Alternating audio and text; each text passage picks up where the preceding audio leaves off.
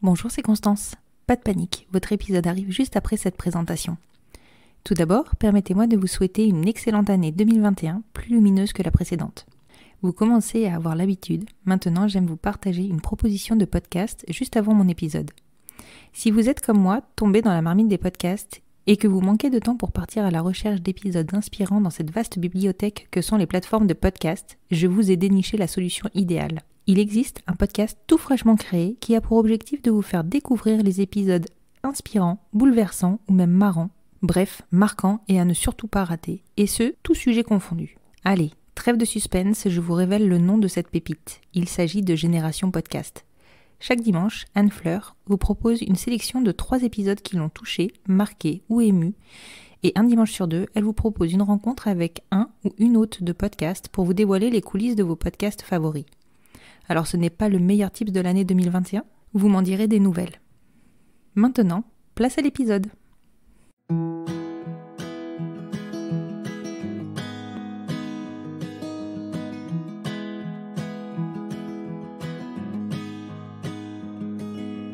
I'll be right behind you, Josephine.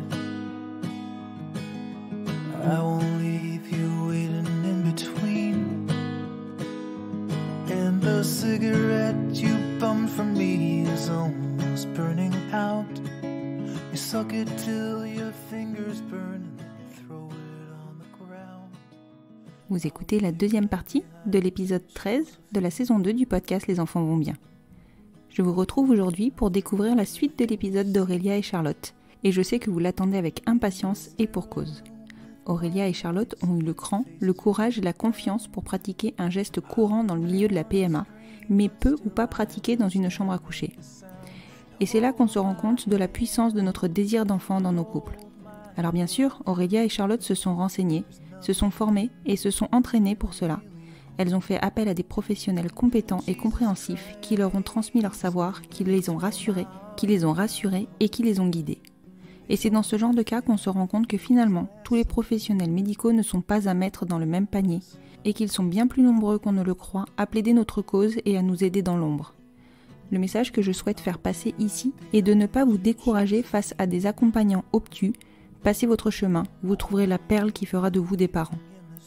Je vous le redis, cet épisode est époustouflant. J'ai été bluffée par la sérénité qu'a procuré à Aurélia et Charlotte un bon accompagnement, mais surtout par la force de leur conviction et de leur certitude, combinaison qui s'est avérée payante, puisque dès le premier essai en insémination intra-utérine, elles ont eu le bonheur de découvrir que leur petite Amae s'était nichée au creux de leur ventre.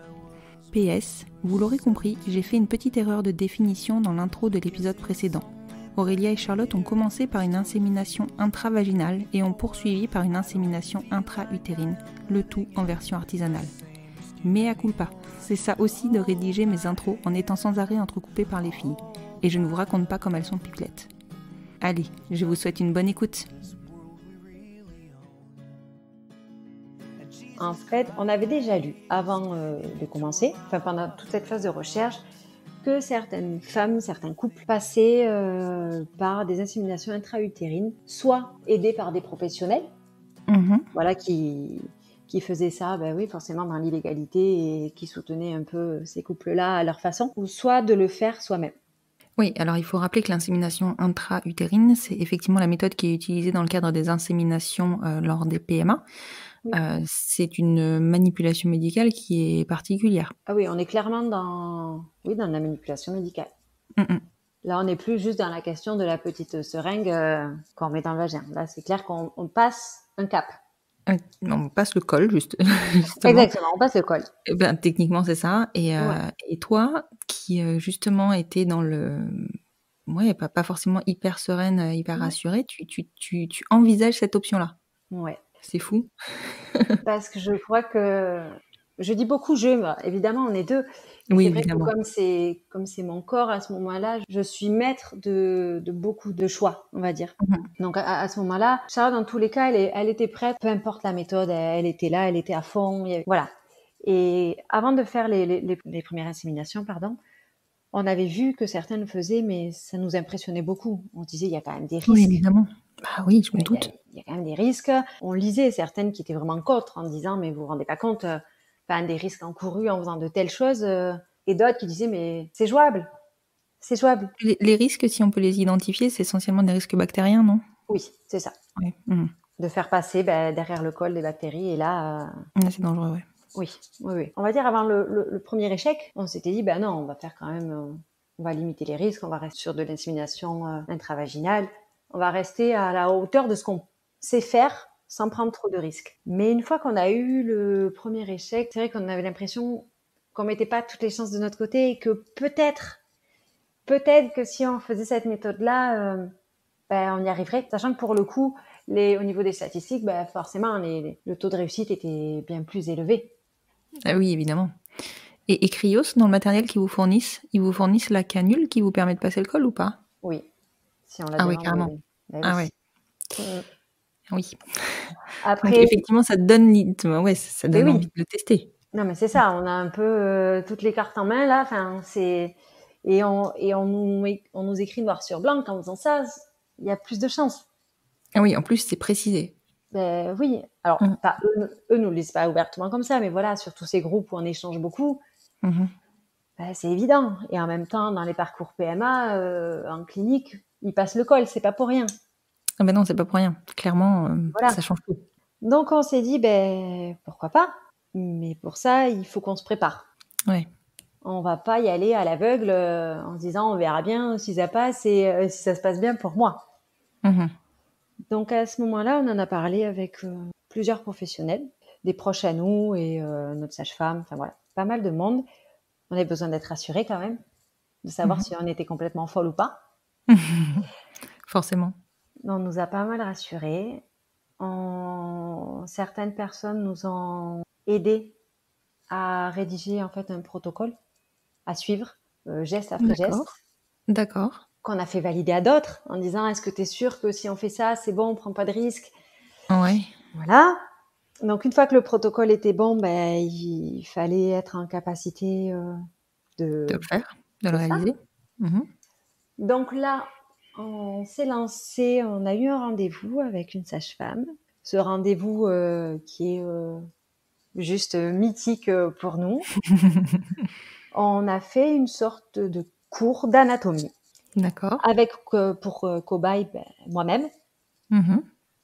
Donc on a expliqué à Charlotte comment poser un spéculum, comment trouver le col, comment savoir visuellement s'il est ouvert, à quel stade on en est de l'ovulation.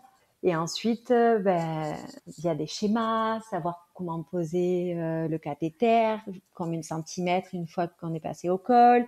Voilà, on a tout étudié de A à Z. Mais elle devait avoir une pression, Charlotte. J'imagine. Enfin, moi, j'en tremble là. Souvent, je lui dis, je n'aurais jamais pu faire ce que tu as fait. Ouais, tu m'étonnes. Auquel elle me répond, je n'aurais pas fait ce que tu as fait non plus. Voilà, donc on s'est bien trouvé. Au moins, voilà, c'est ça. Donc on s'est préparé, donc on a commandé, il nous fallait forcément du matériel. Oui, parce que tout n'est pas fourni, évidemment. Ah non, non, parce que Cryos, en fait, n'ont pas de souci pour nous envoyer un cathéter, mais on est dans le flou. On ne dit pas qu'on va le faire nous-mêmes en tant que particulier, ils ne seraient pas d'accord. Donc, évidemment. Voilà, ça reste très flou. Lors de la commande, j'ai demandé un cathéter qui puisse le rajouter, ils l'ont rajouté. Puis voilà, on ne va pas chercher plus loin dans nos échanges. Et donc, il manquait tout le reste. Donc, on en a commandé sur Internet. J'ai été acheter des choses en pharmacie. On nous a fourni des spéculums. On s'est préparé. On s'est entraîné. Donc, à se chronométrer, bien évidemment. Oui, parce qu'il y a toujours le délai de 15 minutes. Et oui. Donc, il ne faut pas se louper. Tout ça en préparant mon corps, quoi. Enfin, vraiment. Donc, Charlotte s'est entraînée sur la table, avec tout le matériel pour l'ouvrir, préparer les compresses, ça fait vraiment impossible. On a beaucoup rigolé. Ouais, tu m'étonnes. Donc, on s'est beaucoup préparé. La seule chose auquel elle ne s'était pas préparée, c'était, alors dit comme ça, c'est un détail, mais à mettre des gants stériles. Vu qu'on n'en avait pas beaucoup, je lui avais dit, bon, mais ça, tu le feras le jour J. Tu vas pas aller, voilà. Donc, elle s'était entraînée, par contre, pour tout le reste, à tenir avec la pince, les compresses. Bon. On était prête. On a passé commande. On a reçu donc de nouveau notre tank qui est stationné dans le dressing. Et toujours avec 2 paillettes ou une seule cette Alors fois-ci? là, qu'une seule. Là, on avait D'accord. pris une seule paillette avec une motilité un peu plus grande. D'accord. Oui, parce C'est-à-dire que qu'il y en avait plus. il y en avait plus et par contre, du coup, ça engendre un coût plus important. C'est ça, à peu près le double. Ouais. Donc on s'était dit, on va quand même mettre toutes les chances de notre côté. Voilà, on y va, on en prend une, mais une un peu plus grande. Donc on a continué à étudier mon cycle, faire mes petits tests d'ovulation tous les jours. Donc je les faisais tous les matins et quand on commençait à approcher du moment fatidique, j'en faisais un peu plus rapproché, à la maison, au travail. Vraiment, on était sur tous les fronts. Et finalement, ce jour-là, ce vendredi matin, alors que tous les autres jours, mes tests d'ovulation étaient négatifs, 24 heures après le dernier, là, il est super positif. D'accord. Comme si je n'avais pas eu d'intermédiaire. Oui, pas de pas de signe avant-coureur, quoi. Oui, alors que depuis l'été, je suivais toujours le même processus où je voyais la barre apparaître petit à petit jusqu'au moment où c'était positif. Et là, ce matin-là, je me lève et je dis j'ai loupé un truc. Il est positif. Je sais pas où on en est de l'ovulation. Mince quoi. Ouais, mais tu peux pas te dire j'attends de voir quoi. Non, C'est maintenant quoi. C'est ça. Donc on se dit mais comment on fait? Enfin, là d'un seul coup nos plans étaient un peu perturbés dans nos super tableaux récapitulatifs du timing. Donc j'en parle sur les groupes Facebook sur lesquels je suis en disant bon, on en est là. Comment on fait? Et ce que j'adorais sur ces groupes, c'est que on est nombreuses à se soutenir et à réfléchir ensemble. Je trouve ça génial qu'il existe ça. On se sent tellement moins seul. Ouais, c'est sûr. Donc, nous avons bien réfléchi en équipe et on s'est dit, bon, on va faire ça ce soir. Voilà. On a calculé à peu près, on s'est dit, bon, au feeling. C'est soit ce soir, soit demain matin. Voilà. Donc, on décide que ce vendredi soir, on se fera un petit apéro dînatoire devant une série qu'on essaierait de tenir le plus longtemps possible pour pouvoir faire cette insémination dans la nuit. D'accord, parce que quand le test d'ovulation indique que tu es en ovulation, oui, c'est que tu vas ovuler. Oui, exactement. D'accord, pas que tu l'as fait. C'est ça. Sur ces tests, c'est vrai que je parle beaucoup de timing, mais en fait, ces tests d'ovulation, quand on dit qu'ils sont positifs, ça indique qu'on a notre pic de LH et qu'en fait, on va ovuler dans les 24 à 36 heures suite à ce positif. D'accord, oui, donc ce qui explique que tu dois attendre. Et oui, c'est ça. Donc, c'est dans les 24 à 36 heures et à côté de ça, on doit faire coller le fait que la durée de vie des spermatozoïdes congelés quand on décongèle est limitée aussi dans le temps. Oui, c'est vrai. On part sur un minimum, sur une idée de 12 heures. D'accord. Même si Cryos annonce que on peut miser entre 24 et 36 heures, mais quand même la majorité part sur l'idée qu'on est sur du 12 heures. Donc il faut réussir à faire coïncider tout ce joli petit monde. C'est ça. Donc nous, au moment de nos calculs, vu que c'était un peu flou, à ce moment-là, on se dit écoute, allons-y, on fera ça cette nuit et puis on verra bien. Donc à ce moment-là, tu décongèles tes spermatozoïdes? Alors, en pleine nuit, au moment d'aller se coucher, où on se dit allez, c'est l'heure, allons-y.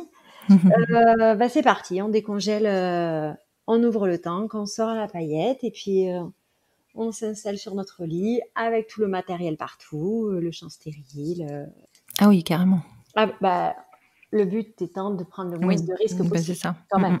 Donc, on s'installe tout ça et donc arrive le moment où je dis à Charlotte, mets tes gants stériles, à part qu'elle en avait jamais mis et qu'arrive le moment où c'est la pagaille, qu'elle s'en sort pas et qu'elle secoue sa main et que ses gants stériles touchent mon pied. Bref, le chaos. Merde, mince, pardon. Non, mais c'est ça, le chaos. À part qu'on rigole, mais on rigole qu'à moitié parce qu'on est fatigué, qu'on est stressé, que la situation est beaucoup trop stressante. Donc je lui dis mais dépêche-toi, enlève-les, mets du gel hydroalcoolique. À l'époque c'était facile d'en avoir, donc je dis vas-y dépêche-toi.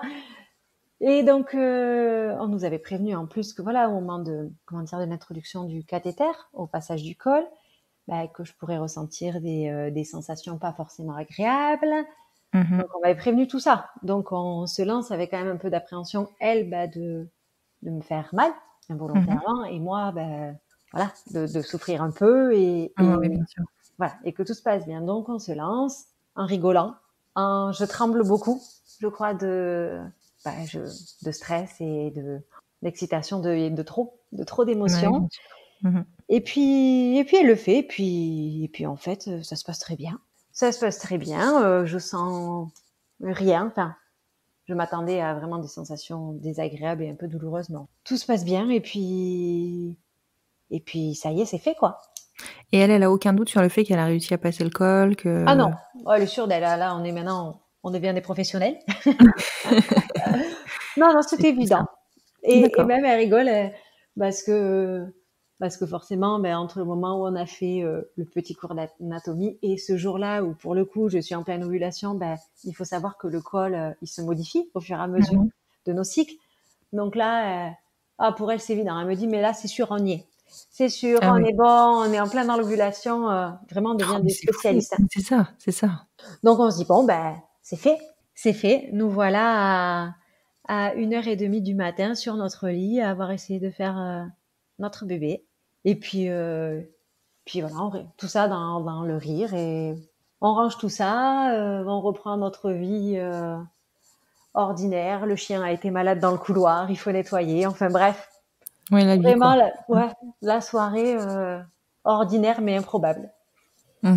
Et donc suite à ça, le lendemain matin, moi je suis pleine de doutes, évidemment, et je dis c'était quand même ça manquait de contrôle pour moi. Je dis tu te rends compte, on l'a fait là, c'était pas très précis. Je lui dis est-ce que tu veux regarder mon col? Je trouve qu'on arrive à un stade quand même d'intimité exceptionnel, mais Oui, c'est ça, complètement. je lui dis est-ce que écoute, au point où on en est, est-ce que tu veux regarder mon col pour voir? Elle me dit si tu veux. Donc elle regarde et elle me dit mais aucun doute.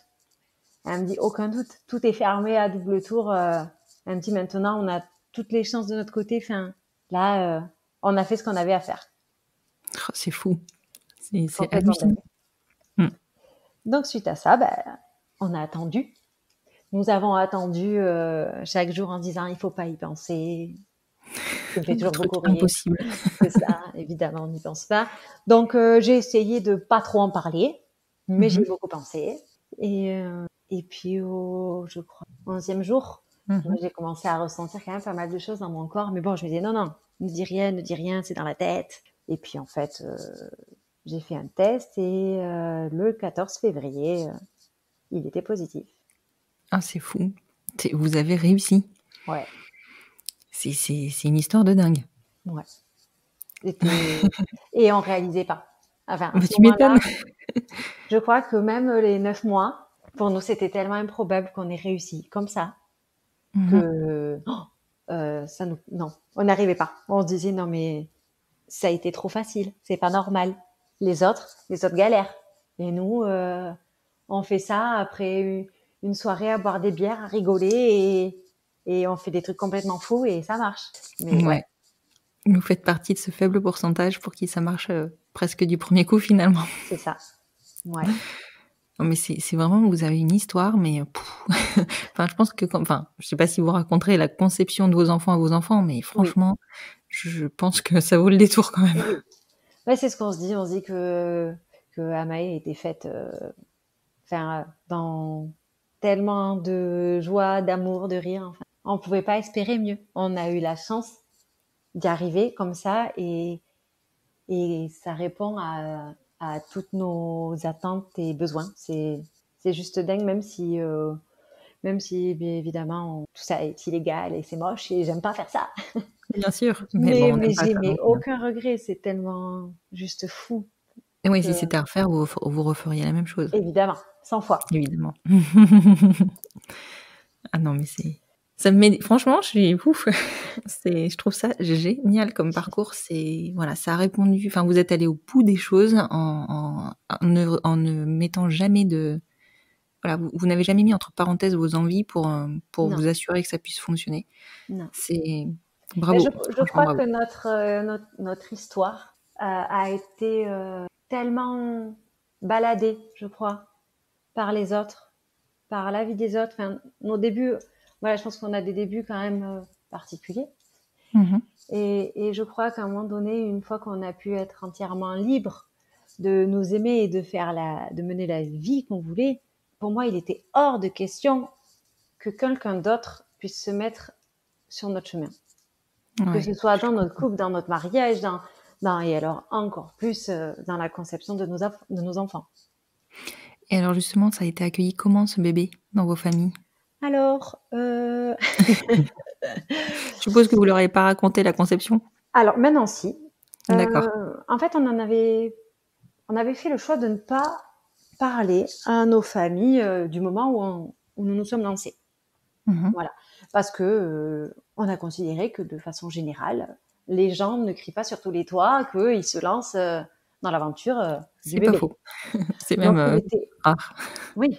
Donc, il était hors de question qu'encore une fois, on se démarque Mhm. en faisant différemment. Mhm. Donc, seuls mes collègues étaient au courant parce que, voilà, mes collègues, c'est un peu toute ma vie aussi. On Mhm. est tout le temps ensemble, donc eux étaient obligés de suivre notre parcours et j'étais bien contente qu'ils soient à nos côtés. Mais alors, Mhm. nos proches, il était hors de question et on s'était dit, ben, on leur annoncera quand, quand il sera là. Donc, nous avons attendu les 3 mois, comme beaucoup de monde. On a Mhm. attendu la première échographie. On a préparé des petites surprises, comme beaucoup, pour nos parents. Mhm. Donc, on a commencé par ma famille, par mes parents. Mon père était plus que ravi. Mon père Tu m'étonnes. était, lui qui n'est pas du tout expressif, pour la première fois, je pense, de ma vie, je l'ai vu dans son regard et entendu dire oh, je suis content. Et ça, je Waouh. crois que ça valait tous les sentiments du monde. Mhm. Donc mon père était ravi. Il n'a pas douté un instant sur la maman qui portait cet enfant. Ah oui, c'est vrai, parce que Eh oui, la question se posait. Mhm. et oui, parce qu'en plus ça ne se voyait pas encore à ce moment-là. Oui, tout à fait.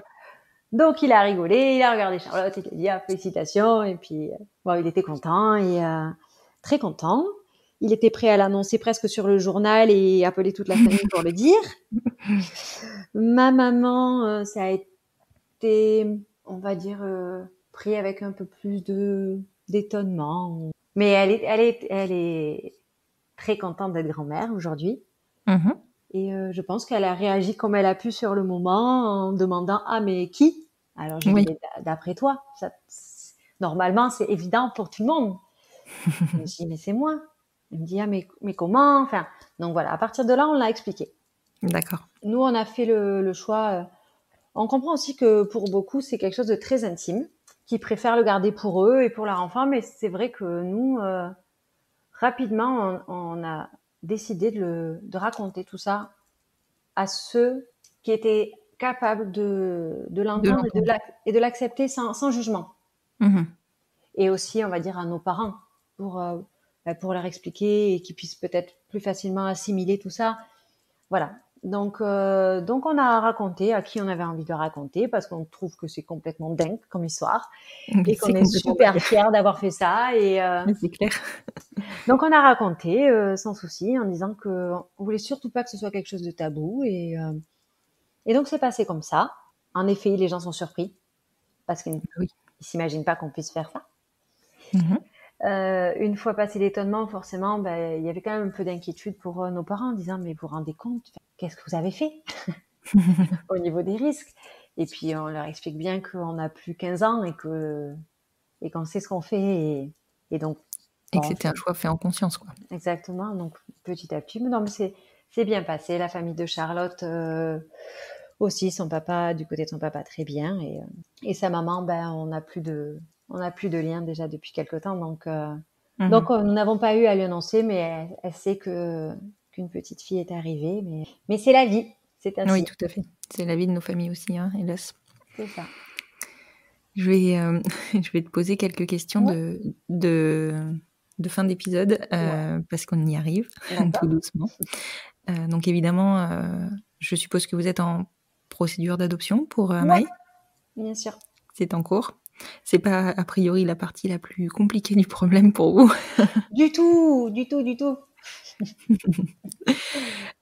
Est-ce que tu peux me dire si aujourd'hui pour toi un enfant, donc en l'occurrence votre petite fille, est heureuse avec 2 mamans? Alors, il est évident que oui. Notre petite fille est en pleine forme. Bon, elle dort pas assez. J'espère que le jour où je m'entendrai dire ça dans cet épisode, elle dormira d'ici là. Mais Je mis à l'espère part pour toi ça, et elle va super bien. C'est un bébé très souriant. Quelque chose l'autre jour donc elle est chez une nounou. aussi. Elle est chez une nounou et comme beaucoup de nounous, je crois, on aime bien discuter quand on va la récupérer. Et puis on en est venu à aborder la conception d'Ama et la réaction de nos familles, tout ça. Enfin, voilà. Mhm. Et donc je lui explique que nous on fait notre petite vie ici, loin de nos familles, et que c'est mieux ainsi, et que notre priorité c'est vraiment notre famille en fait, qu'on a formé et qu'on est dans l'amour en fait. Alors des fois ça paraît un peu niais, hein, mais ça c'est la vie qu'on a choisie en fait, de s'aimer. Voilà. La priorité, c'est ça. C'est qu'on soit heureuse ensemble, de s'aimer, d'avoir plein d'enfants et qu'on Et a s'aime priori tous. ça fonctionne plutôt. Et donc, j'explique ça à la nounou. Ouais. Et j'étais surpris et ravie qu'elle me renvoie que c'est exactement l'image qu'elle a de nous et qu'on renvoie beaucoup d'amour quand on nous regarde et de joie, et que Amae a beaucoup de chance d'être arrivée dans cette famille parce que ça respire la joie et l'amour. Donc je me dis, c'est bon, on a réussi, quoi. Et c'est ce qu'on perçoit sur votre compte Instagram, hein, clairement. C'est gentil. Donc non, clairement, vous avez une famille qui respire, exactement, qui respire la joie, qui respire la sérénité. C'est vraiment ça, c'est la sérénité. C'est ce qu'on essaye, même si honnêtement, beaucoup n'auraient pas parié sur ça, mais on va dire que encore plus avec l'arrivée d'Amae, c'est évident. C'est évident que même si, comme tout le monde, des fois, on vit des choses vachement moins sympas, hein, oui, évidemment. on Tout essaye n'est pas tout beau, tout rose. de rester centré sur ça, sur nous, et on fonctionne. On fonctionne très bien ensemble, et voilà. On essaye de faire en sorte que ça soit notre base et de jamais s'en éloigner. Et je pense que c'est évidemment le point la ligne de mire la conduite qu'il faut tenir. Hein. C'est nos familles avant tout. C'est ça. Et je vais donc te poser la dernière question de l'épisode. Qu'est-ce qu'on peut vous souhaiter pour la suite? Plein de bonheur, des enfants. D'autres enfants? Ouais. Avec grand plaisir, alors on va vous souhaiter ça. Ouais, ça serait chouette, même si des fois je me dis, mais pourquoi? mais si, pour avoir encore plus d'amour et voilà, vivre et s'alimenter que de ça. Voilà, être en pleine forme et être dans l'amour comme ça, ici dans les Landes, et rien de plus. Avec une petite famille tout autour de toi. C'est vrai que les enfants, ça nous apporte tellement. Enfin, moi, je trouve que c'est des révélateurs. C'est ça. Tellement. Je te remercie beaucoup d'être rendu disponible. Vraiment, je suis ravie d'avoir pu découvrir votre histoire. Ça faisait vraiment un moment que j'étais très curieuse de découvrir quand tu m'as spécifié quelle était la méthode que vous aviez utilisée. Déjà, j'étais admirative. Et alors là, suite à cet épisode, mais c'est plus de l'admiration, quoi. C'est juste dingue, incroyable. Franchement, je mettrai, si ça ne te dérange pas, en lien de cet épisode, ton compte Instagram pour que, si jamais des couples souhaitent s'orienter vers cette méthode-là, qu'elles puissent venir vers vous ou demander conseil. Alors je me doute que vous pourrez pas les guider parce que c'est pas votre métier, mais en tout cas, vous pourrez leur apporter votre expérience. Bien sûr, pas de souci. Super, merci beaucoup Aurélia. Merci à toi. À très bientôt. À très vite.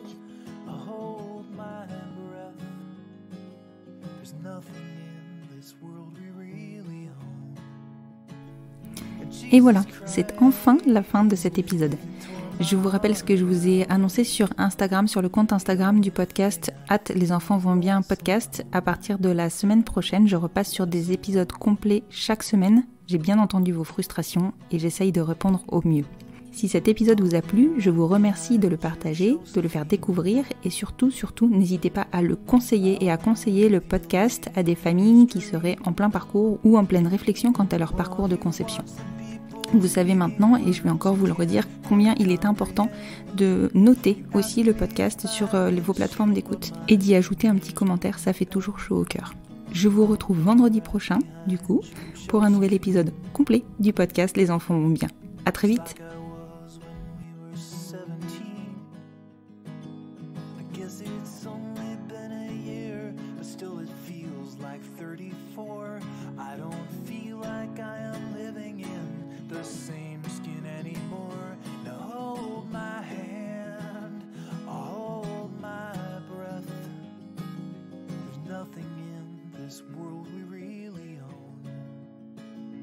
Jesus Christ, if you tore my heart out, the only thing I'd feel is less alone,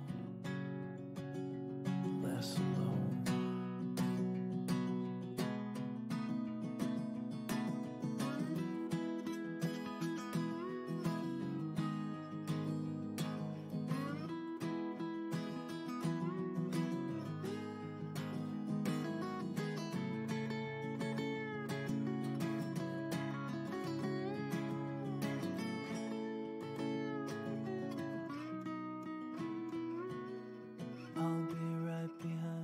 Josephine, even when my soul's an amputee, and my bleeding heart is sinking in the lake inside my chest, so I grab what I can cling to and I leave behind the rest. Now hold my hand, I'll hold my breath. There's nothing in this world we really own. Jesus Christ, if you tore my heart out, the only thing I'd feel was less alone. Now hold my hand and take my breath and leave behind the things you'll never own. And Jesus Christ, please tear my heart